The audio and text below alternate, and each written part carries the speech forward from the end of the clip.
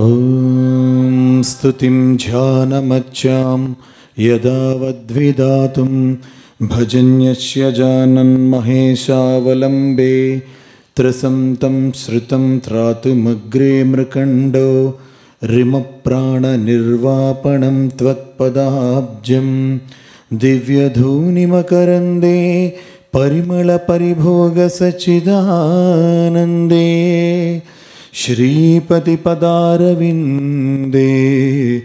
భవభయకేదచ్చిదే వందే చిదం సంవిభుం నిర్మలం నిర్వికల్పం నిరీహం నిరాకారమోంకారవాచ్యం గుణాతీతమవ్యక్తిమేకం తురీయం పరం బ్రహ్మాయం వేద తస్మై నమస్తే పరం బ్రహ్మాయం వేద తస్మై నమస్తే సాయి పరబ్రహ్మాయం వేద తస్మై నమస్తే.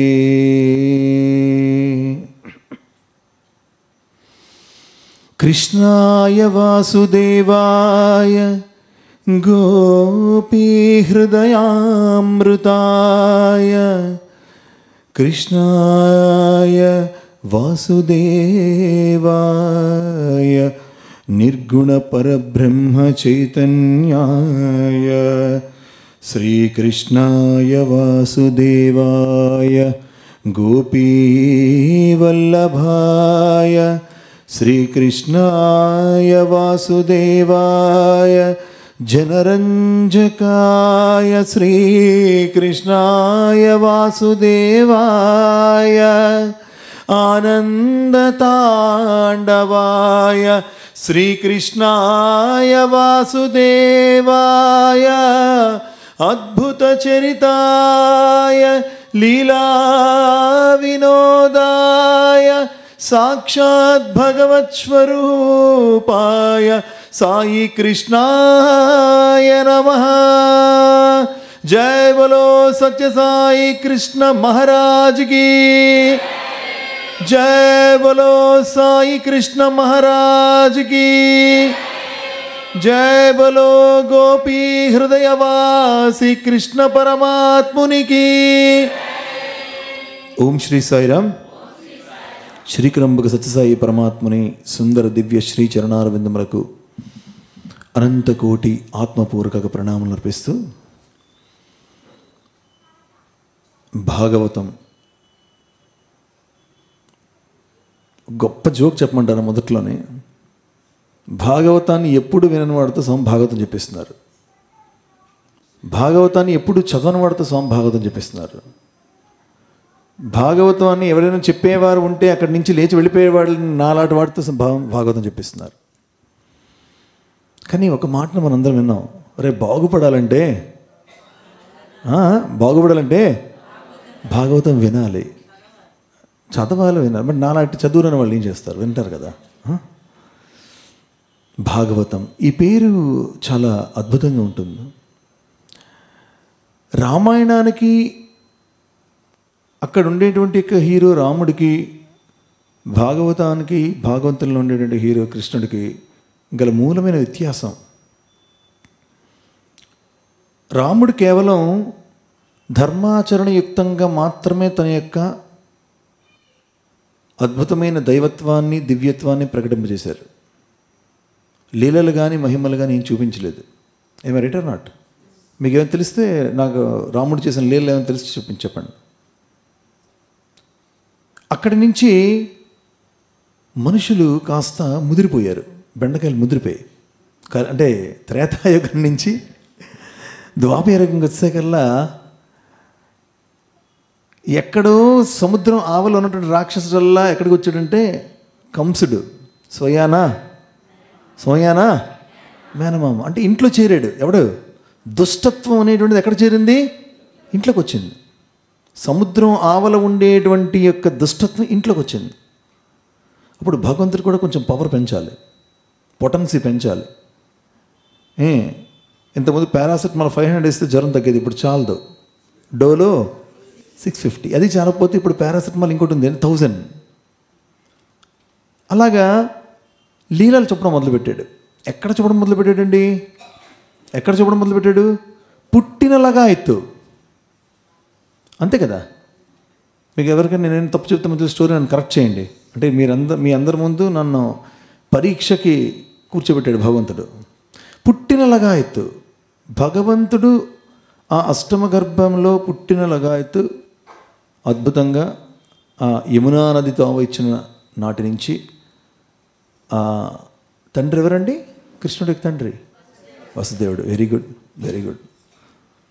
ఆ వసుదేవుడు తల మీద పెట్టుకొని వెళ్తున్నప్పుడు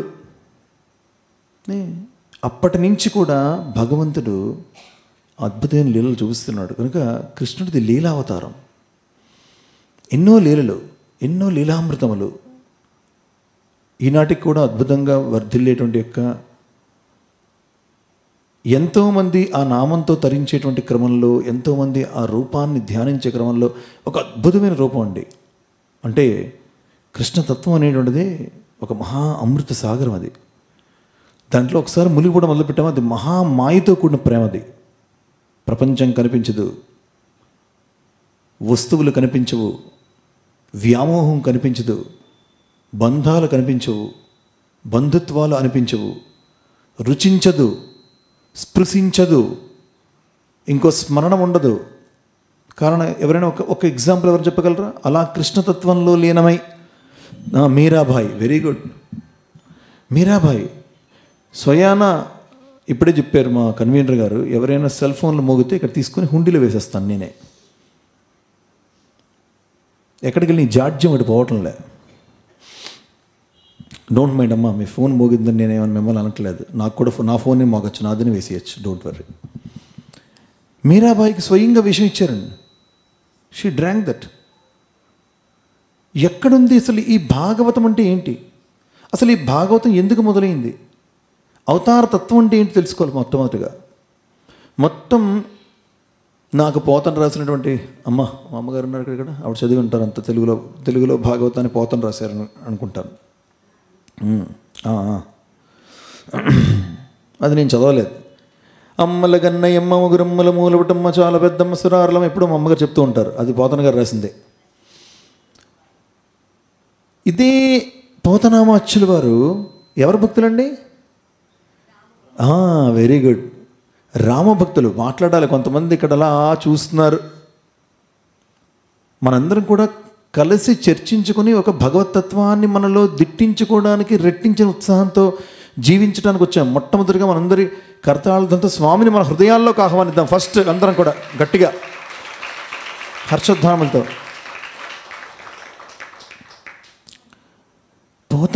పోతన రామభక్తుడు, కానీ రాసింది ఏంటండి? భాగవతం. పోతన రాశాడు, కానీ గొప్ప అపరమైన రామభక్తుడు సమండి. అలాంటి రామభక్తుడు కాదు, చాలా అద్భుతమైన రామభక్తుడు. ఇప్పుడు దాంట్లోకి వెళ్ళొద్దు. అసలు ఈ భాగవతం ఎట్లా పుట్టింది? అసలు భాగవతం అంటే అర్థం ఏంటి? దాని యొక్క నిర్వచనం ఏంటి? భగవత్ సంబంధమైనది భాగవతం. మొత్తం 1966 నుంచి 1966 నుంచి సనాతన సారథి అనేటువంటి ఒక మాసపత్రికకు భగవాన్ శ్రీ సత్యసాయి బాబా వారు చక్కగా వారి యొక్క స్వహస్తములతో, వారి స్వదస్తూరితో అద్భుతముగా రాసి 1970 వరకు 4 సంవత్సరాలు, సంవత్సరానికి 12 నెలలు, 12 × 4 48 నెలలు, సుమారుగా 42 చాప్టర్స్ రాశారు. స్వామి భాగవతం ఎన్ని చాప్టర్లు రాశారండి? చెప్పాలి. ఎన్ని చాప్టర్లు రాశారండి? 42. ఇవన్నీ గుర్తుంచుకోవాలి. మీరు బాగా గుర్తుంచుకోవాలి, బాగా రాసుకోవాలి. మీరు రేపటికల్లా ఒక A4లో రాసి తేవాలి. ఇక్కడ చాలా ఉంటుంది వ్యవహారం. ఒత్తినేతో రావడం వెళ్ళిపోవడానికి ఇది కాదు. ఈ 42 సుమారు 42 కానీ 44 కానీ, ఎంఐ రైట్ నాట్? 44 కదా, 42 రైట్, ఓకే. ఈ 42 భాగాల్లో కొన్ని మొట్టమొదట ఈరోజు దాంట్లో కొన్ని మన అంశాలు తెలుసుకుందాం. అసలు అవతారతత్వం ఏంటో మొట్టమొదటి చాప్టర్లో రాశారు. ఫస్ట్ చాప్టర్లో అవతార తత్వం. అసలు దేనికి భగవంతుడు అవతారం చెప్పండి? ఆవు పాలుని ఎందుకు ఇస్తుంది? మనం తాగడానిక? చెప్పట్లేదు ఎవరు. ఆవు పాలు ఎందుకు ఇస్తుందో మీకు తెలీదా? ఓరి నాయన, మీరు ఎంత అమాయకులు అనుకోలేదు నేను. ఎవరు మాట్లాడరేంటి? ఈ నగరానికి ఏమైంది? ఆవు పాలను ఎందుకు ఇస్తుందండి? ఆవు పాలు మనం తాగడానికి ఇవ్వదు. ఎవరికి వస్తుంది? తన బిడ్డల కోసం ఇస్తుంది. తన బిడ్డలకి ఇచ్చే క్రమంలో ఆ దూడ మూతి చూపిస్తాడు, వెంట పక్కకి లాగేస్తాడు. ఆ క్రమంలో మనం చక్కగా పాలను వెతుక్కుంటున్నాం, తాగుతున్నాం, హాయిగా బేరుమని తేనిస్తున్నాం, కండలు పెంచుతున్నాం, వీరుల్లా విర్రవీగుతున్నాం. అంటే భగవంతుడు కూడా దేనికోసం అవతరిస్తాడు తెలుసా అండి? దేనికోసం? భక్త రక్షణకై అవతరిస్తాడు. దేనికోసం అవతరిస్తాడండి? చెప్పాలి. జెంట్స్ ఎవరు మాట్లాడటంలే, ఇంట్లో ఎవరు మధ్యాహ్నం అన్నం పెట్టలేదేమో. మాట్లాడండి సార్. దేనికోసం అవతరిస్తాడండి? భక్త రక్షణగా అవతరిస్తారు. భక్త రక్షణ కోసం అవతరించే క్రమంలో దూడ కోసం పాలిచ్చేటువంటి సమయంలో స్వామి రాశారు క్లియర్గా. లేక దూడ కోసం పాలిచ్చే సమయంలో ఆ పాలుని మనం కూడా స్వీకరిస్తాం, అందరం పంచుకుంటాం. అలాగే భక్త సంరక్షణ కోసం అవతరించేటువంటి పరమాత్ముడు ఆటోమేటిక్గా దుష్ట శిక్షణ చేయవలసి ఉంటుంది, తద్వారా శిష్ట రక్షణ చేయవలసి ఉంటుంది. కానీ భగవంతుని యొక్క తత్వం దానికోసం కాదు, కేవలం భక్తుడి కోసమే భగవద్ అవతారం. అదే భాగవతం. భగవంతుడు భక్తుడు, ఇదే అతని యొక్క సంబంధం. ఎందుకంటే ఇది కొన్ని కోట్ల జన్మల, అనంతమైన జన్మల, కోట్లను కూడా అన్న సంఖ్య లేదండి, అనంతమైనటువంటి జన్మలలో ఉండేటువంటి ఒక పారంపర్యమైనటువంటి అనుబంధం. ఈరోజు గమనిస్తే ఒక స్త్రీమూర్తికి కృష్ణుడు అంటే అపారమైన భక్తి ఉంటుంది. కృష్ణుడి యొక్క రూపం చూసిన, నామం విన్న, హరే కృష్ణ హరే కృష్ణ కృష్ణ కృష్ణ హరే హరే హరే రామ హరే రామ రామ అంటే ఒకసారి అనేస్తే పుణ్యం వచ్చేస్తుంది కదా, అందుకే ఎవరు అనట్లే. ఏమంటే మంత్రం ఏంటండి? హరే కృష్ణ హరే కృష్ణ.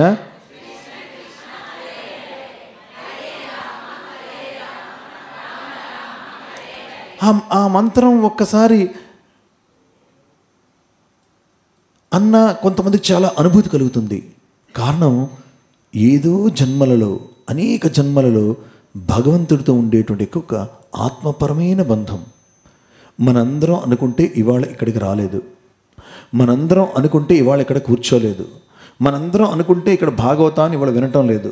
భాగవతం అనేటువంటిది పలకాలన్నా అసలు ఏం చెప్పారంటే, అసలు యాక్చువల్లీ దాంట్లో ఏం రాయబడిందో మీకు చెప్తాను నేను. స్వామి రాసినటువంటి దాంట్లో చాలా స్పష్టంగా చెప్పండి ఏంటంటే, నాయన నువ్వు ఇంట్లో ఉండి భాగవతం 2 రకాలు, పఠించినా శ్రవణము చేసినా. ఏంటంటే పఠించినా చేసినా చాలా మంచిదే. ఇంట్లో చదువుకోవచ్చు కదండి, లేదా టీవీ వేసుకొని వినొచ్చు కదండి, ఓకే, అది ఫస్ట్ లెవెల్. రెండవది, దీనికన్నా అందరూ సామూహికంగా కూర్చొని శ్రవణము చేస్తే ఇంకా మంచిది. ఓకే, అందరూ సామూహికంగా కూర్చొని శ్రవణం చేస్తే ఇంకా మంచిది. ఇదే సామూహికంగా కూర్చొని చేసేటువంటి శ్రవణ దీక్ష. మూడవది, అదే భగవత్పరమైనటువంటిదైనటువంటి యొక్క ఆలోచనలతో కూడినటువంటి అనేక మంది భక్తుల యొక్క సమిష్టి ఆలోచనలతో చేసేటువంటిది మరింత అద్భుతమైనది. అందులో 4వ స్టేజు భగవంతుడే స్వయముగా రాసినటువంటి యొక్క భాగవత వాహిని శ్రవణం చేయడము. మన జన్మల దృష్టి అంశాన్ని స్వామి దగ్గర మనం వినవించుకోవాలి. స్వయంగా భగవంతుడు రాశాడు, ఎంతో ఆనందం. అసలు భాగవతాన్ని నిర్వచనం ఏంటో స్వామి చెప్పారు చాలా చక్కగా. అనంతుడైన అద్భుతమైన అనన్య సామాన్య చరితాలీలామృతాన్ని కలిగి ఉండేటువంటి భగవంతుడు ఏ భగవంతుడైతే అటువంటి విధంగా ఉంటాడో ఆ భగవంతుని యొక్క రూప గుణగణాదులు అన్నింటినీ కూడా కీర్తన చేస్తూ, ప్రేమిస్తూ, స్మరిస్తూ ఎవరైతే భక్తుడు ఉంటారో ఆ భక్తుని యొక్క చరిత్రే భాగవతం చెప్పారు. ఆ భక్తుని యొక్క చరిత్రే భాగవతం.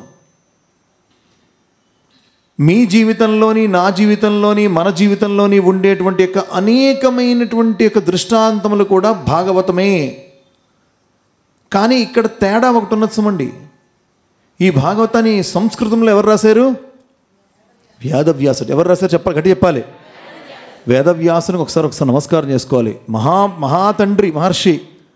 అసలు ఎందుకు ఈ భాగవతాన్ని రాశాడు తెలుసా అండి? వేదవ్యాసుడు ఎందుకు భాగవతం రాశాడు? చాలా అద్భుతమైనటువంటి మహాభారత రహస్యం ఇది. ఎందుకు వేదవ్యాసుడు రాశాడంటే, వ్యాసుడు చాలా జాగ్రత్త వినండి, వ్యాసుడు మొట్టమొదట మహాభారతాన్ని రచించాడు. ఏంటి రచించాడు? Mahabharat is a combination of good and bad characters. మంచి చెడు వ్యక్తుల వ్యక్తిత్వాల కలయిక. అర్జునుడు, చెప్పండి మంచివాడు చెడ్డవాడు, అది ఆన్సర్. అర్జునుడు, ధర్మరాజు, శకుని. మీ టీచర్ గారు అంత బాగా చెప్పారేంటి? శకుని మంచివాట, వెరీ గుడ్. అంటే ఏ యాంగిల్లో మంచివాడో తెలియట్లేదు, బహుశా మనం ఆ కేటగిరీకి చెందమేమో. రైట్. దుర్యోధనుడు, అబ్బా. దుశ్శాసనుడు, చెడవాడు, వెరీ గుడ్. Very good. అంటే క్యారెక్టరైజేషన్ మీకు తెలిసిపోయింది. మనలాగే వేదవ్యాసుడు కూడా, వ్యాస భగవానుల వారు కూడా ఏం చేశారండి? దుర్యోధన కోసం రాయాలి, ధర్మరాజు కోసం రాయాలి, ఒక పద్యం రాయాలి. దుర్యోధనుడు ఎలా ఆలోచిస్తాడో అలా ఆలోచించే కదా రాయాలి అక్కడ. చాలా జాగ్రత్త విన్నారు మీరు.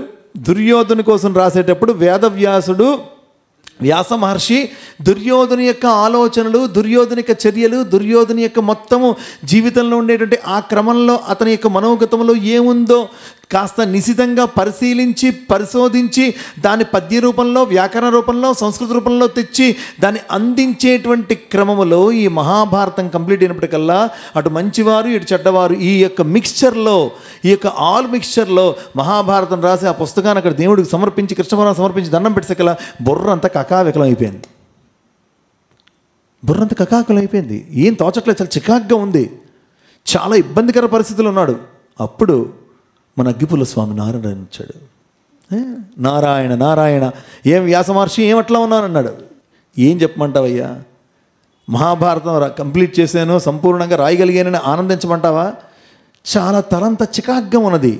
ఏంటో తెలియని ఒక ఆందోళన, ఒక అసంతృప్తి, తెలియని ఒక నిర్లిప్తత, నిరాసక్తత ఆవహించనున్నది. అంటే అప్పుడు చెప్పాట, నాయనా దీనికి కారణం చెప్పమంటావా అన్నట.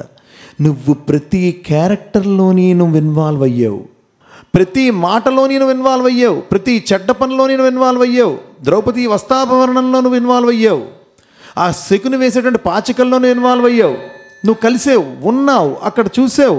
అంటే ఎక్కడ చూసావు నువ్వు? ఎక్కడ చూసాడండి వ్యాస మహర్షి?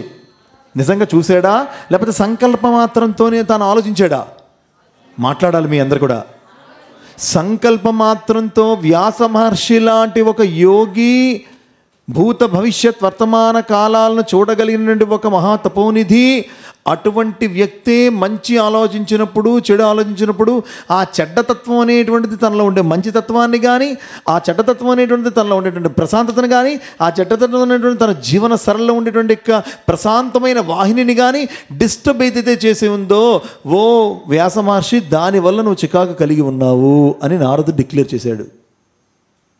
ఇక్కడ నాదొక చిన్న question to all of us, నాతో సహా.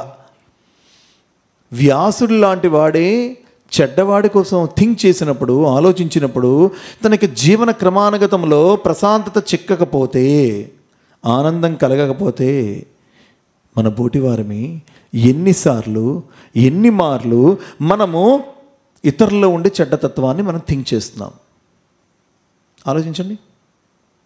Is it not the right question to be asked to all of us? మనకు మనం అడగాల్సిన, మనకు మనం అర్థించుకోవలసిన, వేసుకోవలసిన, సంధించవలసినటువంటి ప్రశ్న ఇది కాదా? అప్పుడు దీనికి తరుణోపాయం ఏంటి నారదా అని వ్యాస మహర్షి వారు అడిగితే, ఏం లేదు నాన్న, ఏం లేదు వ్యాస మహర్షి, ఏం లేదు, చాలా సులభము. ఏదైతే భగవత్తత్వం, ఏదైతే మహాభారతం ఉందదో, ఏమిటది? ఏమిటది? ఎవడవాడు? కృష్ణుడు. గట్టి చెప్పాలి, ఎవడవాడు? ఆ కృష్ణతత్వాన్ని తీసుకొని దాని మీద కాంటెంప్లేట్ చెయ్యి. కాంటెంప్లేట్ ఇంగ్లీష్లో పదం, దట్ ఈస్ కాల్డ్, దాని మీదే తదేకమైన ధ్యానముతో ఉండు. కృష్ణతత్వము, ప్రేమతత్వము, అద్వితీయము, భగవతత్వము, రమణీయత్వము, ఆ అద్భుతమైన లీలామృతము, ఆ చరితామృతము, వారి చిరునవ్వు, వారి చూపు, వారి స్పర్శ, వారి వేణుగానము, వారి యొక్క గోపకాంతులు తోసే రాసక్రీడ, అద్భుతమైన వారి యొక్క రథప్రస్థానము, ఆ రథసారథిగా వెళ్ళేటువంటి కురుక్షేత్రము, అందు భగవద్గీతగా అందించినటువంటి క్రమము, కృష్ణుడి యొక్క మొత్తము అవతార తత్వములో ఆ భగవంతుని ద్వారా వాహినిగా ప్రవహించినటువంటి అద్భుతమైన అంశాలన్నింటినీ కూడా నువ్వు నిరంతరప్రాయంగా చేయనాయన, అదే భాగవత వాహిని అయింది, భాగవతంగా రూపొందింది. అప్పుడు మొదలుపెట్టాడండి వ్యాసుడు. అప్పటిదాకా మనుషుల గురించి ఆలోచించాడు. ధర్మరాజు ఒక మనిషే, దుర్యోధన ఒక మనిషే, శకుని ఒక మనిషే, అర్జునుడు ఒక మనిషే, దుశ్శాసన ఒక మనిషే, కర్ణుడు ఒక మనిషే, ధృతరాష్ట్రుడు, గాంధారి, ఎన్ని క్యారెక్టర్స్ అండి. అంటే ఇప్పుడు ఎన్ని రాజకీయపు క్యారెక్టర్లు ఉన్నాయి, అంతకు మించినటువంటి ద్వాపర యుగంలో అప్పుడు ఉన్నాయి. కాబట్టి మనందరం కూడా తెలుసుకోవాల్సిన ఆవశ్యకత ఏంటంటే, మనము ఎవరమైతే అప్పుడు మొదలుపెట్టి భాగవతాన్ని రాశాడు. అవతారతత్వం అనేటువంటిది చాలా చాలా చాలా అద్భుతమైన అంశం. అదంత సులభంగా వచ్చేది కాదు, అదంత సులభంగా లభించేటువంటి అంశం కాదు. అవతారతత్వం అనేటువంటిది అద్వితీయమైనటువంటి యొక్క అమృతము. ఆ అమృతం అనేటువంటిది సరళముగా సులభముగా దొరికేది కాదు. ఈ శ్రీకాకుళంలో ఎంతమంది పట్టణంలో లేరు? ఎందుకు ఇంతమంది ఇక్కడ కూర్చున్నారు? This is all not what మనం ఏదో సెలెక్ట్ చేసుకుని వచ్చింది కాదు. ఇది is all the God's divine grace. అవతారతత్వాన్ని స్వామి అయితే ఇక్కడ మొట్టమొదటి చాప్టర్లో స్వామి చాలా బాగా చెప్పింది ఏం తెలుసా అండి?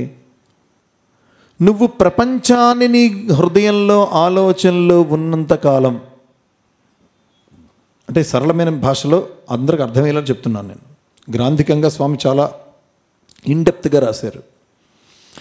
నువ్వు ప్రపంచాన్ని నీ మనసులో ఉంచుకున్నంతకాలం భగవంతుడు నీకు చిక్కడు.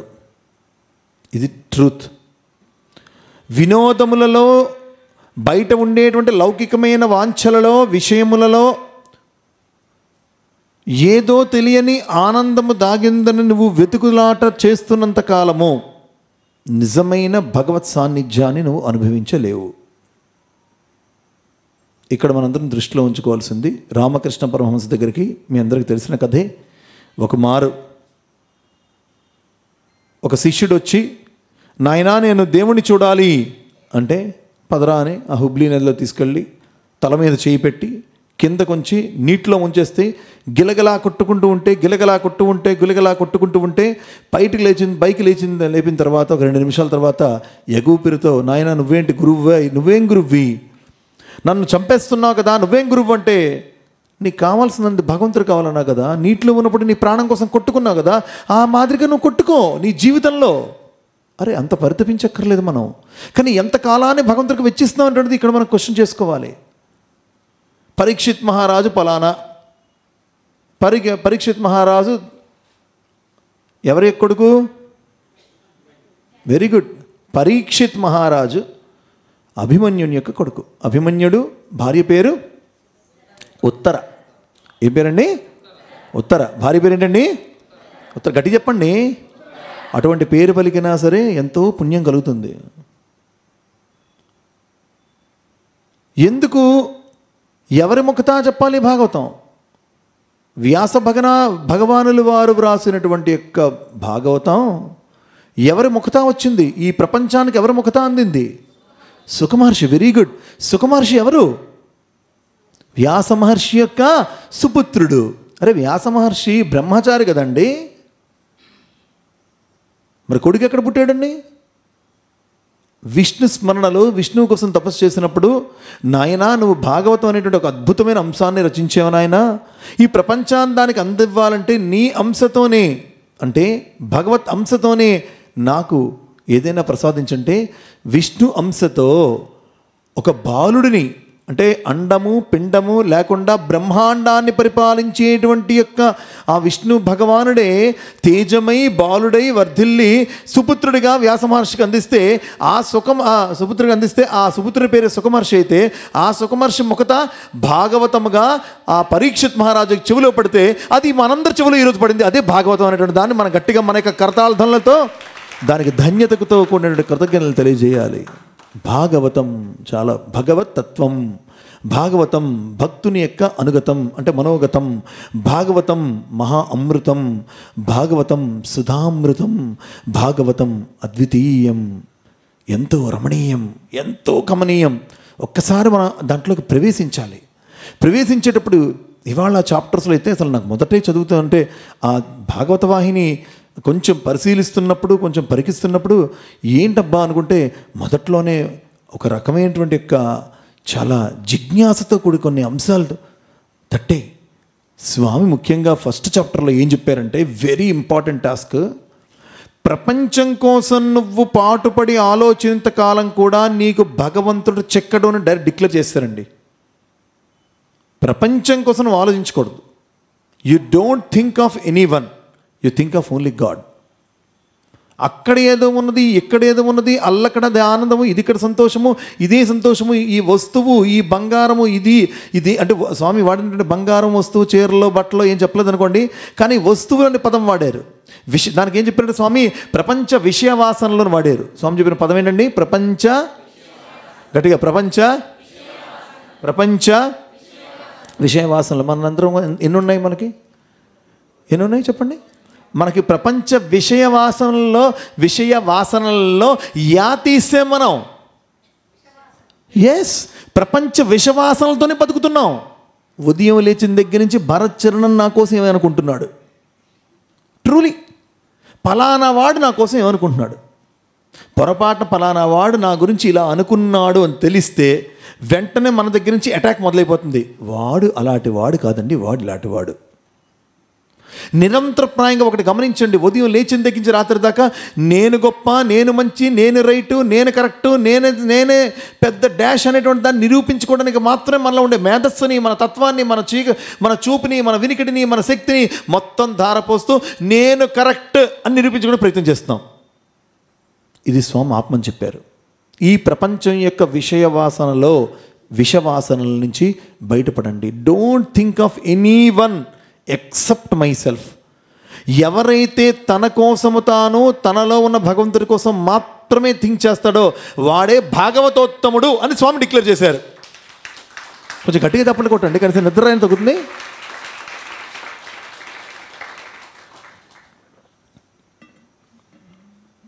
ఎంత అద్భుతం అండి! ఎంత కన్నీరు, ఎంత మున్నీరు, ఎంత వేదన, ఎంత నిర్లిప్తత, ఎంత నిరాసక్తత, ఎంత దుఃఖము. అశ్వత్థాముడు ఎవరు? అశ్వత్థాముడు ద్రోణాచార్యుల యొక్క కొడుకు. చెప్పాలి అందరూ కూడా. ఎవరు కొడుకు అండి? ద్రోణాచార్యులు ఎవరండి? ఎవరికండి గురువు? పాండవులకి, కౌరవులకి గురువు. ద్రోణాచార్యుల్ని చంపేశారు. ఎవరు చంపారండి? అశ్వత్థామ హతః కుంజరః. మెల్లిగా మనం అంటే ఇంకా చాలామంది చెప్తాం, చాలా ఫోన్ కాల్లో మనకి అశ్వత్థామ హతహే పెట్టేసిన తర్వాత కుంజరః అయిపోయింది. అంటే మనకు అలవాటు. అంటే వినండి, మనకు అబద్ధం ఆడడం ఏమీ కాదు. ఏమనుకోకండి, ఇది నాకైనా వర్తిస్తుంది. మనకు అబద్ధం ఆడడం ఏమీ కాదు. ఉన్నది లేనట్టుగా, లేనిది ఉన్నట్టుగా చెప్పడం ఏమీ కాదు. కానీ అప్పటలా కాదు. ధర్మరాజు ఆ పని చేయనన్నాడు, కానీ తప్పక మెల్లగా కుంజరః అన్నాడు. పాపం ద్రోణాచార్యుడు చనిపోయాడు. సొంత గురువుని చంపేశాడు. తప్పదు. ఇక్కడ గమనించాలి, చెడ్డవాళ్ళ పక్షంలో చేరేవనుకో, భీష్ముడికి తప్పలేదు, ద్రోణాచార్యుడికి తప్పలేదు, కర్ణుడికి తప్పలేదు, మనకైనా తప్పదు. చెడ్డవాడి పక్కన ఉండకూడదు. మీకు పూర్వకాలంలో త్రేతాయుగంలో, గతంలో కూడా చెప్పాను, త్రేతాయుగంలో బోర్డులు ఉండేవి. బోర్డులు అంటే అప్పుడు ఇలాగా కార్లు, ఆటోలు, లారీలు, బస్సులు లేవు. అప్పుడు గజరథాలు, అశ్వరథాలు, ఏకగజరథం, తర్వాత ద్విహస్వరథం అలా ఉండేవి. అంటే 2 గుర్రాలతో ఉన్నటువంటివి, 1 గుర్రంతో ఉన్నటువంటివి. అక్కడ పక్కన బోర్డులు ఉండేవి. నాయన పాదచారులు నడిచేటువంటి వారు ఒకవేళ హస్వరథం, గుర్రాలతో వచ్చిన రథం ఉంటే 10 మూరల దూరంలో ఉండాలి. రోడ్డు కట్టి 10 మూరలు వెళ్ళిపోవాలి అటు ఇటు. అదే గజరథం వస్తే 50 మూరల దూరంలో ఉండాలి అని రాసి కింద రాసేవాడు. దుష్టులకు అందరం దూరంలో ఉండాలి రాసేవాడు కింద. మనం అంత దూరంలో ఉన్నాం. మన చుట్టూ ఉన్నటువంటి వారి దాంట్లో దుష్టులతో పని, అందరు దుష్టులు అన్నదో. ఇక్కడ ఇంకొక గొప్ప విషయం చూడండి. కలియుగంలో ఉండే ఒక స్మార్ట్ థింగ్ ఉంది అని చెప్పండి. దుష్టత్వం అనే దుష్టులు వేరు, శిష్టులు వేరు. మంచివారు, సర్జనులు, దుర్జనులు 2 రకాలు లేవు. ఒక్క వ్యక్తిలోనే ఒక సర్జనత్వం, ఒక మారు అబ్బా వీడెంత సూపర్ అండి, ఈ సూపర్గా మాట్లాడేటువంటి వాడు 2 నిమిషాలు పోయిన తర్వాత వీడు పాపరండి, అయిపోయింది అక్కడే. అంటే ఒకే మనిషిలో 2 కాంబినేషన్. అందుకనే మన రోజు హంస గాయత్రి చేస్తున్న యజ్ఞంలో హంస హంసాయ విద్మహే పరమహంసాయ ధీమహి తన్నో హంస ప్రచోదయాత్. ఏమది? సోహం. నా శ్వాస మీద ధ్యాస ఉంచితే ఎవరిలోనో దుష్టత అంటే నాయన హంస గాయత్రి అంటే ఏంటి తెలుసురా? స్వామి చెప్పారు, ఇది ఒక మారు ధ్యానవాహినిలో ఉంటుంది. హంస గాయత్రి అంటే ఏంటో తెలుసా అండి? లోపలికి ఊపిరి పిలిచావు, బయటకు విడిచిపెట్టారు అంటే ఏంటి? దేని మీద? లోపలికి వెళ్తుంది బయటకు వస్తుంది, లోపలికి వెళ్తుంది బయటకు వస్తుంది, లోపలికి వెళ్తుంది బయటకు వస్తుంది. అంటే ఏమైనా జయరామ్ గుప్తా లోపల మోటార్ పెట్టారేంటి లోపలికి వెళ్ళడం బయట రావడానికి? లేదు కదా. మన ఎవరం కూడా there is no such machine activity which is being run your body. అక్కడ లోపల ఉన్నటువంటిది అద్భుతమైనటువంటి పరమాత్ముడు ఏ కళ్ళకి కనిపించినటువంటి యొక్క ఆత్మరూపంలో తానై నివసించడం వల్ల తనని చేరుకోవడానికి బయట నుంచి ఉండేటువంటి మన యొక్క సంకల్పం అనేటువంటి పరమాత్మ దగ్గరికి వెళ్ళి అతని యొక్క సంకల్ప బలమనే అనుగ్రహాన్ని మనం బయటకు అందిస్తూ నేను ఉన్నాను రా అనేటువంటి ఎరుకని మన ప్రాణ సమానంగా చూపించడమే హంస గాయత్రి అనే అంశాన్ని మనం గట్టిగా ఇక్కడ తెలుసుకోవాల్సిన ఆవశ్యకత ఉన్నది. హంస గాయత్రి. మంచి చెడు, మంచినే స్వీకరించు, చెడుని విడిచిపెట్టే. Leave to God. అరే ఎలా విడిచిపెట్టగలను? విడిచిపెట్టాలి. మరి నాలోది విడిచిపెట్టట్లే? నాలోది విడిచిపెడితే కదా. నాలో 100లోని 10 ఉన్నాయి చెడ్డ గుణాలు, 90 మంచి గుణాలు. నాలో ఉన్న 10 చెడ్డ గుణాలు మీకు తోచినప్పుడు మీరు విడిచిపెట్టగలిగితేనే నాలో ఉండే 90 కనిపిస్తాయి. అదే స్ట్రెయిన్. ఇది వెరీ ఇంపార్టెంట్. కామ క్రోధ లోభ మోహ మదమాశ్చర్యం అంటే అవి అరిషడ్ వర్గాలు. పెద్ద పెద్ద మాటలు ఇవంతా కూడా.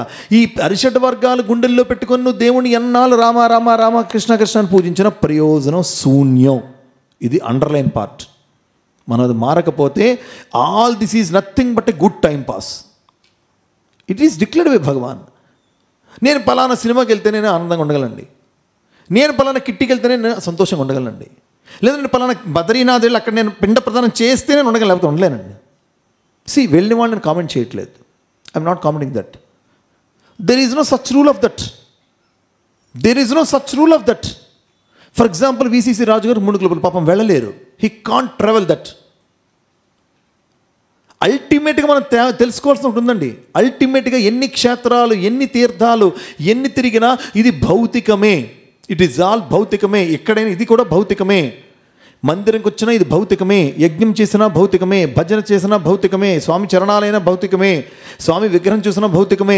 ఈ భౌతికమైనటువంటి దాని నుంచి అలౌకికమైనటువంటి ఆత్మానందాన్ని చేకూర్చేటువంటి యొక్క నిరాకార నిర్గుణ పరబ్రహ్మ చైతన్యము ఎక్కడో లేదురా. సాకారమై సగుణమై సాయి అయి ప్రేమామృతమై నా ఆత్మరూపంలో నా యందు ఉన్నటువంటి యొక్క భగవంతుడు ఆద్యంతరహితుడు, ఆది మధ్యాంతరహితుడు. ఆది లేదు, మధ్యము లేదు, అంతము లేదు. ఆ ఆత్మ అనేక జన్మలుగా పరమాత్మ రూపంలో వస్తూనే ఉన్నది. ఇది ఇప్పుడు ఈ దేహంలో ఉన్నది. అదే అఖిలాండ కోటి బ్రహ్మాండ నాయకుడైన తత్వము. ఈ సాయి తత్వం ఎంచుకుని పరమాత్ముడు నడిపించేటువంటి ఇన్స్ట్రుమెంట్గా నన్ను చేసుకున్నాడు. కాబట్టి మాత్రమే ఇది తెలుసుకోవడానికి ఇక్కడికి వచ్చానుకున్న వాళ్ళు మాత్రం నిజమైన భక్తులు, సాధకులు కాగలరు. కొంచెం గట్టిగా కొట్టండి స్వామికి. దురదృష్టవశాత్తు భౌతికంలో అయిపోతున్నాం. అరే నువ్వు వెళ్ళదా, ఎంతో మిస్ అయిపోయావు. నో, ఏం మిస్ అయిపోలేదు. వెళ్ళిన వాళ్ళకి ఒక నమస్కారం, వెళ్ళని వాళ్ళకి 1,000,000 నమస్కారాలు, వెళ్ళాలనుకోని వాళ్ళకి ఇంకొన్ని 1,000,000 నమస్కారాలు. వెళ్ళి జలుబులు దగ్గులు తెచ్చుకున్న వాళ్ళకి చక్కటి పారాసెటమాల్, డోలో 650లు. ఎంతోమంది ముడుకుల నొప్పులకు స్ప్రేలు కొట్టుకున్న వాళ్ళు, వచ్చిన తర్వాత మంచాన పడిన వాళ్ళు, ఇబ్బందులు పడుతున్న వాళ్ళు ఉన్నారు పాపం. అయితే పోను ఒకరికి అంటే భక్తి అనుకరణ కాకూడదు. అరే భరచండ్ గారు వెళ్ళిపోయారండి, నేను వెళ్ళాలి. అరే భరచండ్ గారు వెళ్ళారు, భరచండ్ గారు వెళ్తే భరద్వాజ వెళ్ళాలని రూల్ ఎక్కడుంది? లేదు కదా. అనుకరించకూడదు. భగవంతుడి యొక్క వాణి విన్నావా ఎప్పుడైనా? భగవంతుడి యొక్క వాక్ విన్నావా ఎప్పుడైనా? అసలు భాగవతం అంటే ఎవరు చెప్తున్నాడండి? పరీక్షిత్ మహారాజు ఎక్కడున్నాడు? ఈ పరీక్షిత్ మహారాజు? అసలు పరీక్షిత్ మహారాజుగా పేరు ఎట్లా వచ్చింది? ఆ పరీక్షిత్ మహారాజు ఎక్కడున్నాడు? ఆ సుఖమహర్షి ఎక్కడి నుంచి చెప్తున్నాడు? ఆ సుఖమహర్షి ఎక్కడో లేడు, మన యందే ఉన్నాడు. ఆ సుఖమహర్షి ఆత్మ బుద్ధి రూపంలో ఉన్నాడు. ఈ బుద్ధి రూపంలో సుఖమహర్షి చెప్తూనే ఉన్నాడు, నాయన ఇది ఆ ఆత్మను తెలుసుకో, నాయన ఇది నువ్వు తెలుసుకో, నాయన ఇది ఆ మనస్సు అనేటువంటి యొక్క పరీక్షిత్ మహారాజు, ఆ బుద్ధి అనేటువంటి సుఖమహర్షి చెప్పినటువంటిదిగా ఆత్మతత్వంలో ఉండేటువంటి కృష్ణ పరమాత్మ తత్వాన్ని, అదే సాయి తత్వమునో, ప్రేమతత్వమునో, భక్తితత్వమునో ఏదో ఒక తలనొప్పనో ఏదో అనుకోనైనా గుర్తిరిగి భౌతికమైన స్థాయి నుంచి, లౌకికమైన స్థాయి నుంచి అలౌకికమైన స్థాయికి ఎగబాకడానికి మానసికంగా మనం చేసేటువంటి యొక్క ప్రక్రియ భాగవతం. మానసిక ప్రక్రియ ఈ భాగవతం అంటే. బయట కృష్ణుడు చాలా గొప్పవాడు, లీలామృతం ఎన్ని చేశాడో చూసాడని స్టోరీలు కాదండి. అయితే అద్భుతమైనటువంటి రీతిలో ఈ భాగవతంలోకి మనం అడుగుపెట్టేటప్పుడు ముఖ్యంగా ఇక్కడ తెలుసుకోవాల్సిన ఒక ఆవశ్యకమైన అంశం ఉంది. అసలు పరీక్షిత్తుని యొక్క జననం ఎట్లా జరిగింది? పరీక్షిత్తుని యొక్క జననం ఎట్లా జరిగింది? అసలు అశ్వత్థాముడు అందరిని చంపేశాడు. ఎవరిని చంపాడు? ఉపపాండవులు. ఎవరిని చంపాడండి? ఉపపాండవులు అంటే ఎవరు? పాండవుల యొక్క కుమారులు అందరిని చంపేశాడండి. అందరూ రాత్రికి రాత్రి అందరూ పేకలు కోస్తాడు, ఊచకోత. మీకు తెలుసో తెలీదు, ఇప్పుడు అశ్వత్థాముడు కూడా ఉన్నాడు. అశ్వత్థాముడు కూడా ఏంటండి? చిరంజీవే. చిరంజీవి అంటే పవన్ కళ్యాణ్ అన్నయ్య కాదు. అశ్వత్థాముడు ఆంజనేయుడు ఒక చిరంజీవి, అంటే చిరాయువు. అంటే చిరాయువు. చిరంజీవి అంటే మన చిరంజీవి గుర్తొస్తారు, మెగాస్టార్. అది కాకుండా చిరాయువు అంటే ఎల్లప్పుడూ ఉండేటువంటి వారు. అయితే ఉప పాండవుల యొక్క సరస్సులు ఖండించేశాడు. కసి తీరలే.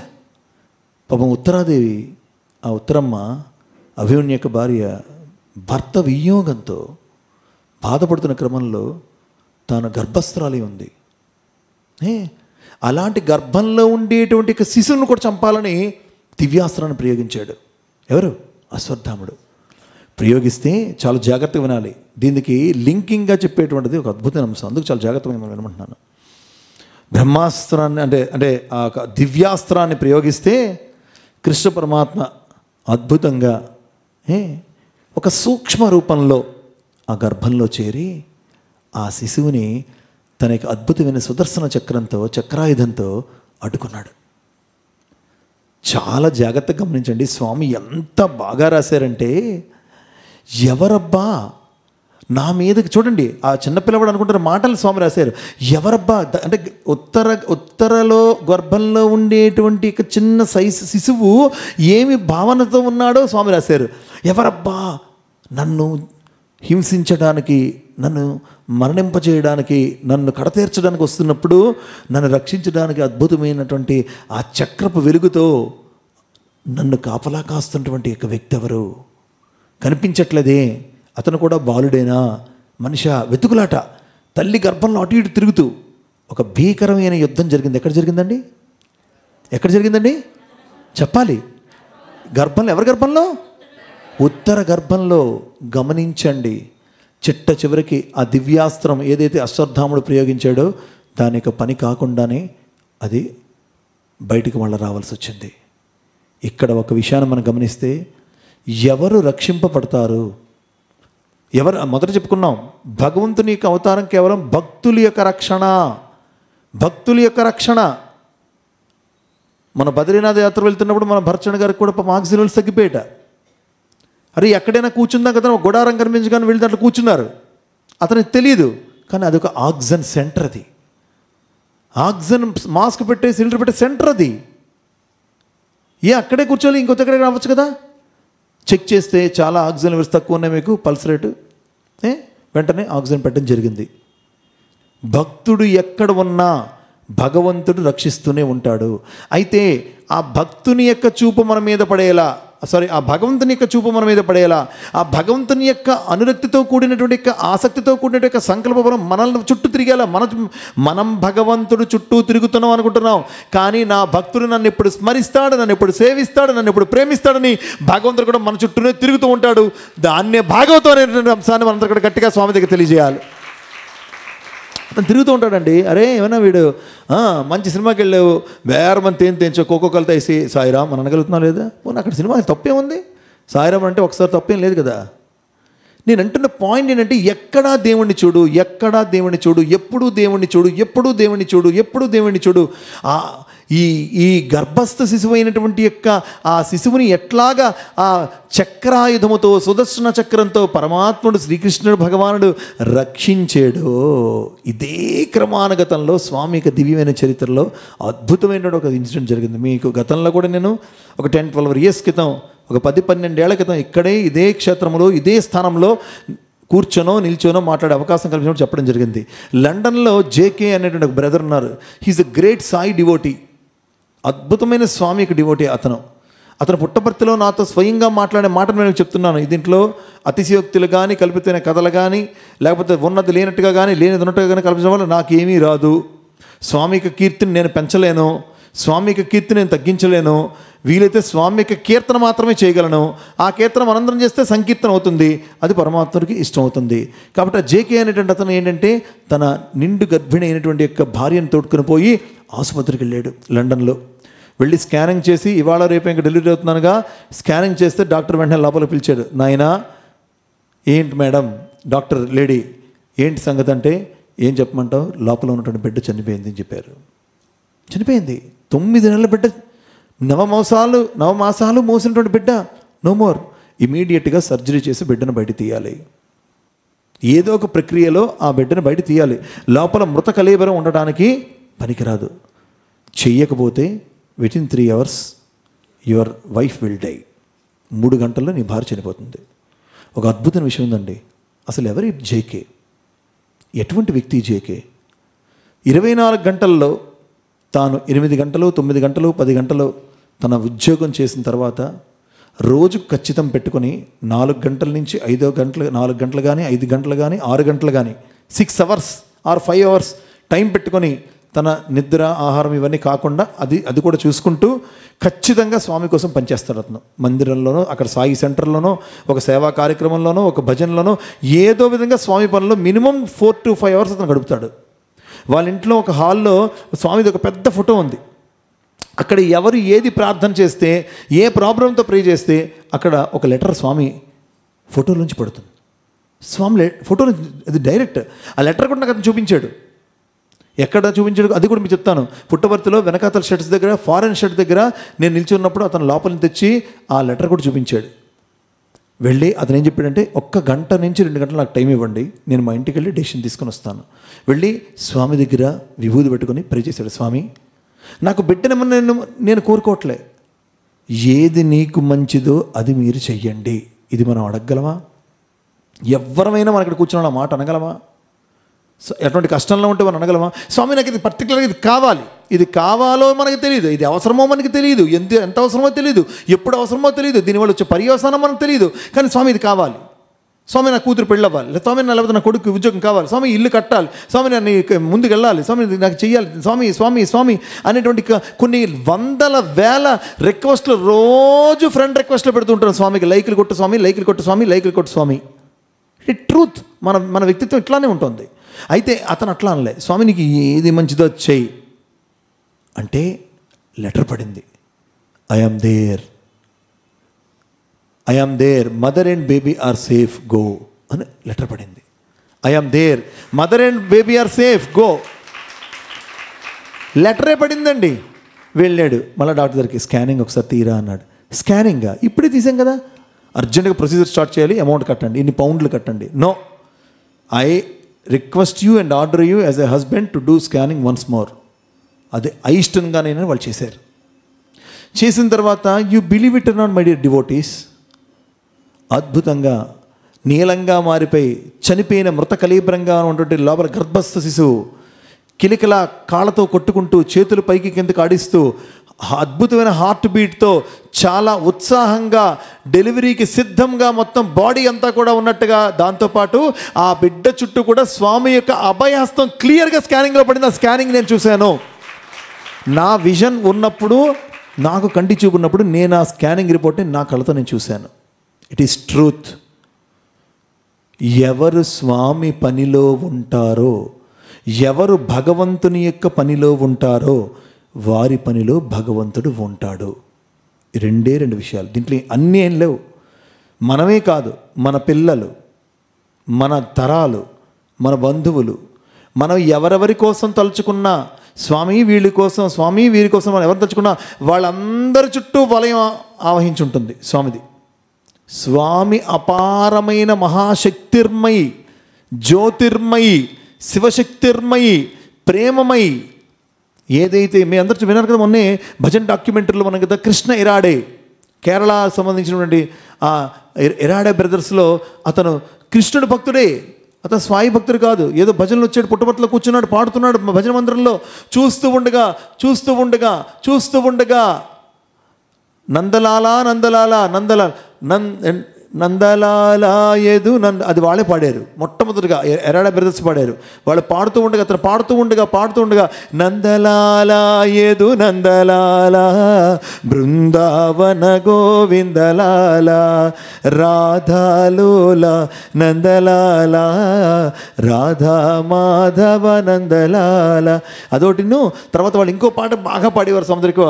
రాధే రాధే రాధే రాధే రాధే గోవింద బృందావన చంద అనాథనాథ దీన బంధో రాధే గోవింద అని పాడుతూ ఉండగా ఇది అద్భుతమైన బంగారు ఛాయలో ఆరెంజ్ రోబ్లో కనకాంబరధారి ఓం శ్రీ సాయి కనకాంబరధారిణే నమః స్వాహ అని మనం రోజు చదివినట్లుగా ఆ కనకాంబరధారి ఏంటంటే భగవాన్ సాయి పరమాత్ముడు అప్పటిదాకా ఉన్నటువంటి యొక్క ఆ బంగారు ఛాయ్ కాకుండా స్లోగా బ్లూలోకి టర్న్ అవ్వడం మొదలుపెట్టారు.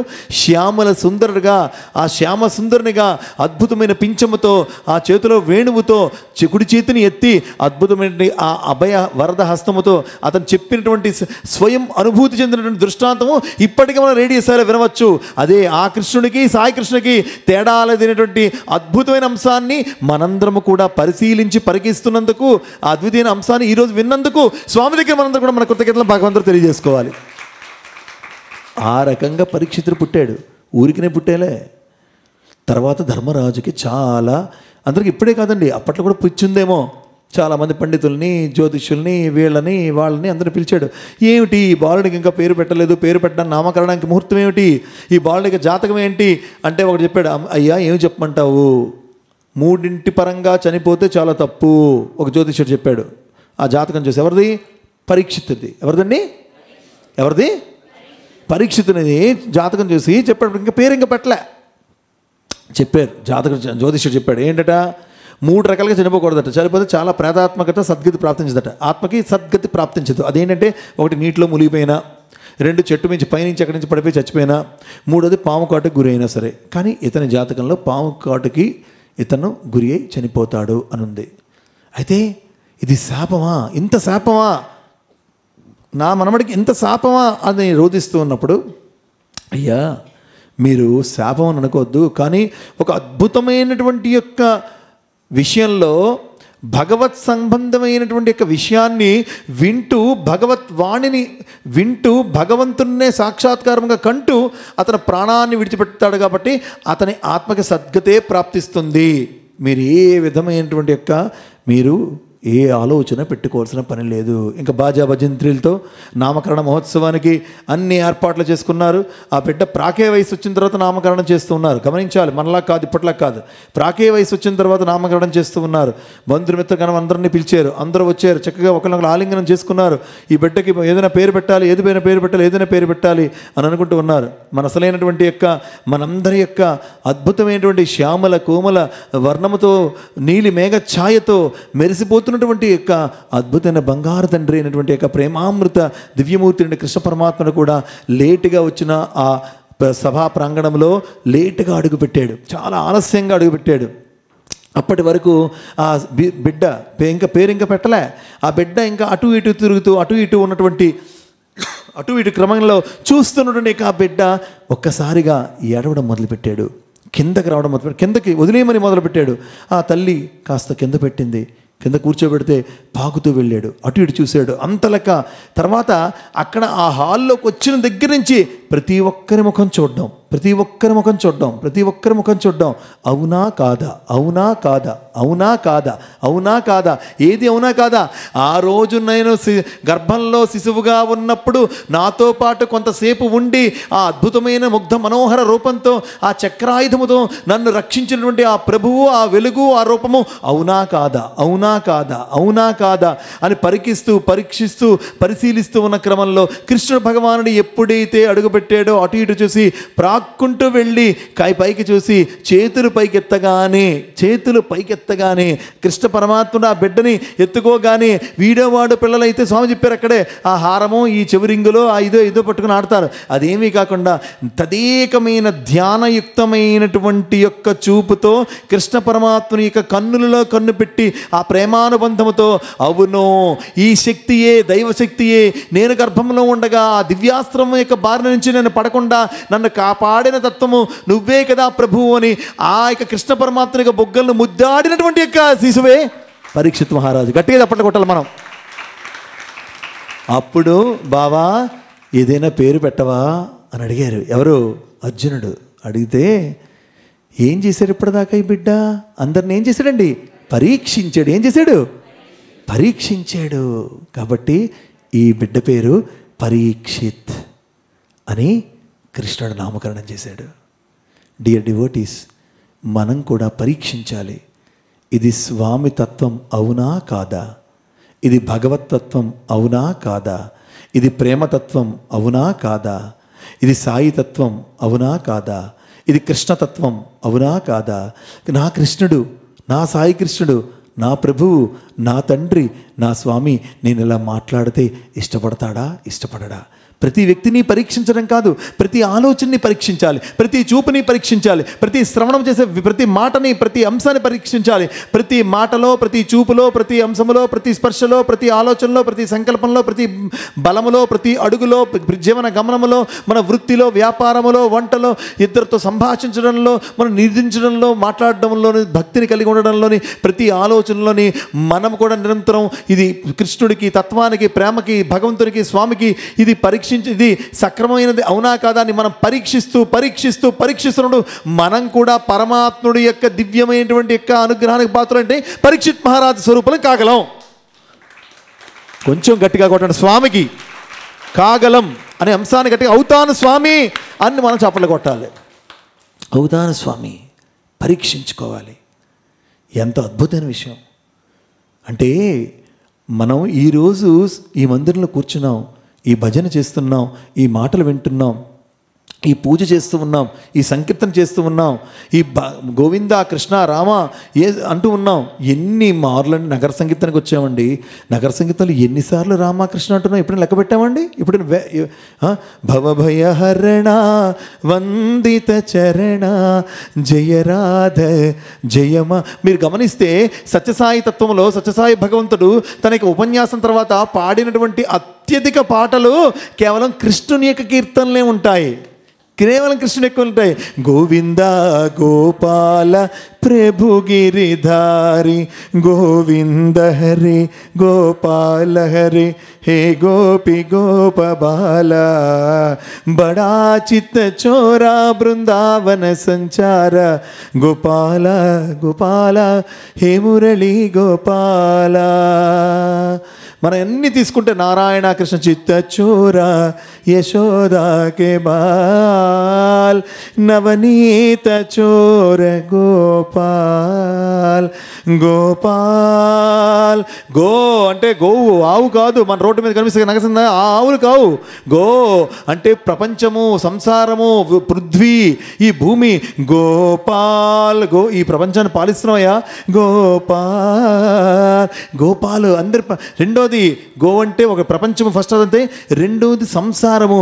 గోవర్ధన ధర గోపాల్. గోవర్ధనాన్ని అలనాడు చిటికిన వేలు మీద ఎత్తాడు. ఎవరు?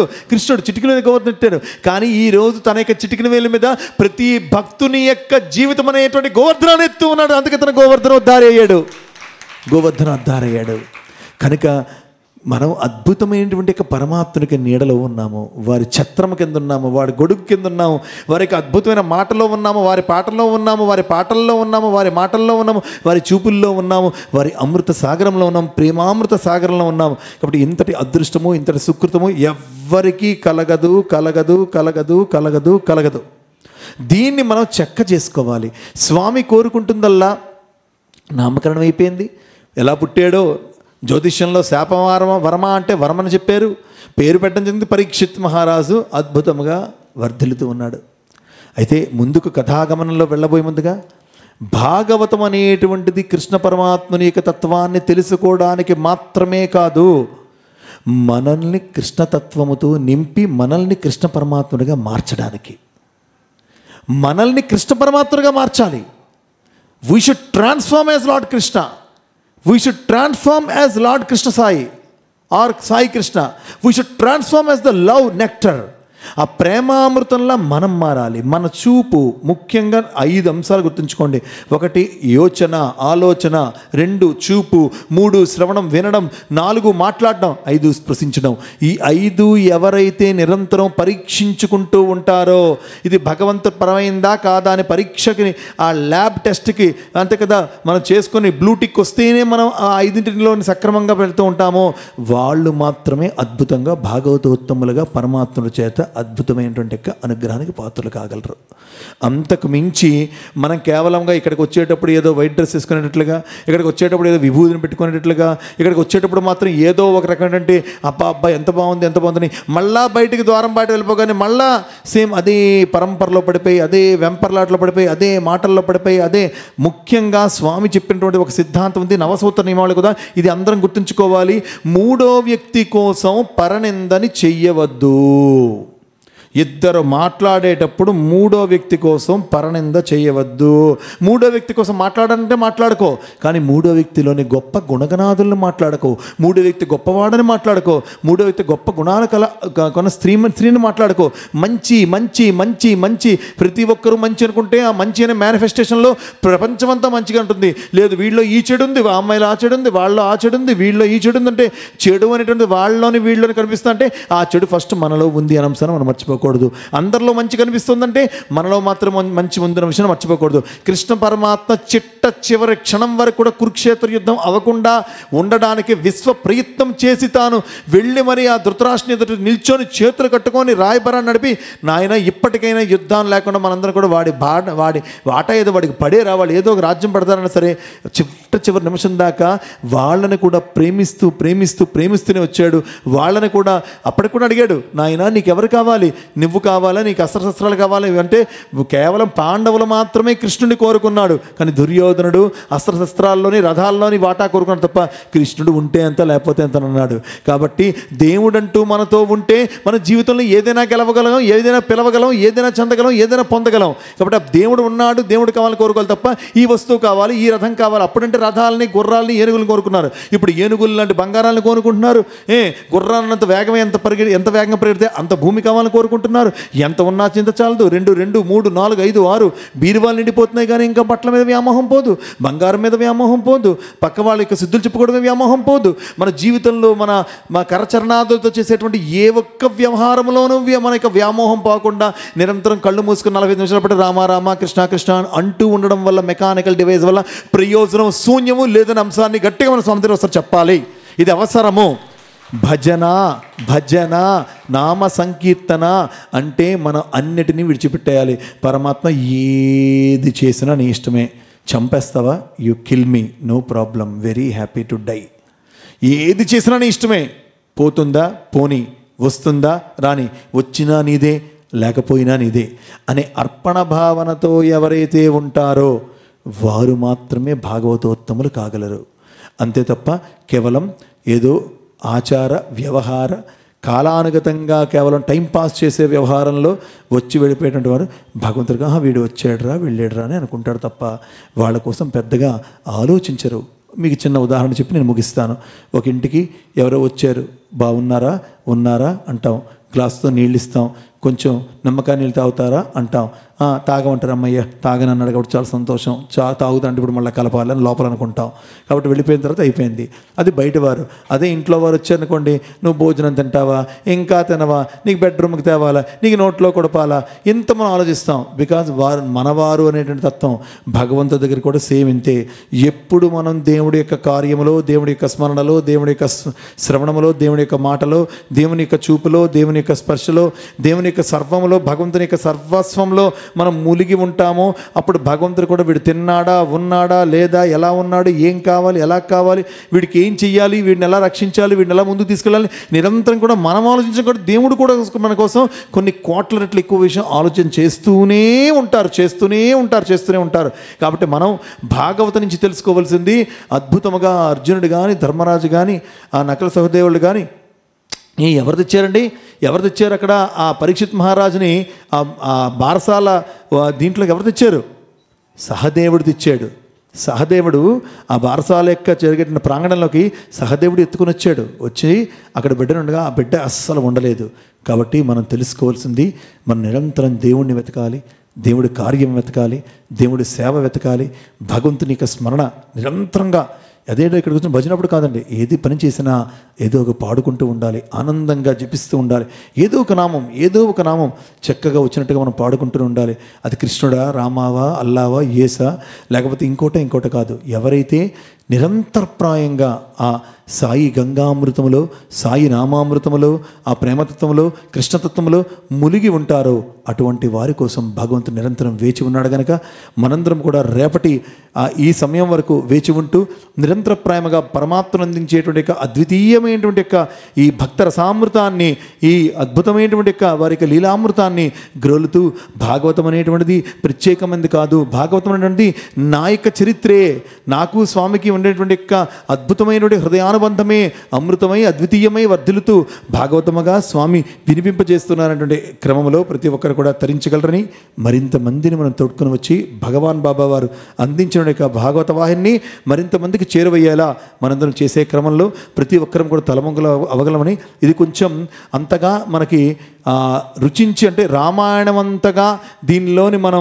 మమేకమయ్యేంత ఆ కథాంశం మనకు తెలిసింది కాదు. కాబట్టి అంతగా మనకు మొదట్లో ఆకర్షణీయంగా ఉండదు. కానీ రానున్న క్రమానుగతంలో అద్భుతమైనటువంటి ఎన్నో అంశములు ఈ భాగవత వాహిని ద్వారా మనం తెలుసుకొని మనకి జీవన క్రమానుగతంలో, మన జీవన పరంపరలో, జీవన సరళిలో అద్భుతమైనటువంటి పరివర్తనలు తెచ్చుకొని స్వామి యొక్క దివ్యమైన కృపాశీస్సులను పొందగలం. కాబట్టి అందరికి కూడా స్వామి ఆ సుకృతాన్ని, ఆ ప్రేమాద్భుతమైనటువంటి యోచనని, ఆ అమృతుల్యమైనటువంటి వాక్కుని, చెవులతో వినేటువంటిది చక్కటి తీయని మాటలని మన జీవితంలో ఆనందాన్ని అనుభవించేటువంటి యొక్క యోగ్యతాపూర్వకమైన యొక్క అంశములుగా మన జీవితాన్ని స్వామి మార్చగలరని, తగు శక్తిని, భక్తిని భగవాన్ బాబా వారు మనందరికీ నిండుగా మెండుగా ప్రసాదించగలరని ప్రార్థన చేస్తూ అందరం కూడా స్వస్తి ప్రజాభ్య చెప్దాం. ఓం స్వస్తి ప్రజాభ్యః పరిపాలయంతాం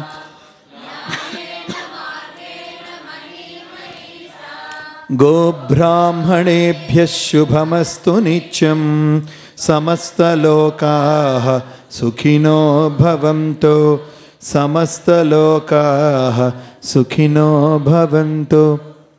సమస్తలోకాః సుఖినో భవంతు. ఓం శాంతి శాంతి శాంతి. जय बोलो सच्चे साई कृष्ण परमात्मुनि की जय. बोलो प्रेमामृत दिव्यमूर्ति साई कृष्ण महाराज की जय. बोलो भगवत स्वरूप साक्षात भगवान बाबा की जय. Sai Ram. Like this video, share this video and subscribe to Lhasa Foundation YouTube channel and click on the bell icon for notifications. Do write your valuable comments and suggestions in the comment box and ask for more new videos on which subjects you want. Support Lhasa Mission.